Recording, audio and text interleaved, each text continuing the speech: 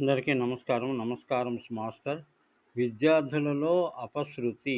ఎందుకంటే ప్రాథమిక స్థాయిలోనే కాదు, మూడో తరగతి నుంచి తొమ్మిదో తరగతి విద్యార్థుల యొక్క విద్యను విశ్లేషించినట్టయితే ఈ విషయం అర్థమవుతుంది.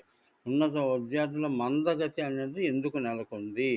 వాస్తవంగా ఈ వాస్తవాన్ని ఒప్పుకునే ధైర్యం ప్రభుత్వాలకు లేదు. విద్యావంతులుగా వాళ్ళని స్లో లెర్నర్స్‌ని విద్యావంతులుగా తీర్చిదిద్దే శక్తి విద్యా సంస్థలకు లేదు. కారణం ఇవన్నీ కూడా కలిసి తడిపిమోపోయి వికసిత భారత్ 2047కి అవరోధం కాగలదేమోనని ఈ వీడియో చూస్తున్నాను. దీనికి మూల కారణం మొదట తల్లిదండ్రులు, రెండోది సెల్ ఫోన్ వాడకం పెరగడం, మూడోది విద్యాలయాల తీరుతెన్నులు, అక్కడ బోధనా విధానం కూడాను. అంతా తూతూ మంత్రంగానే నడుస్తోంది. గురించి విద్యా వ్యవస్థలో స్కూళ్ళలోనే లేకపోవడం, సరైన ఎడ్యుకేషన్ ఆడిట్ సిస్టమ్ లేకపోవడం, సెల్ఫ్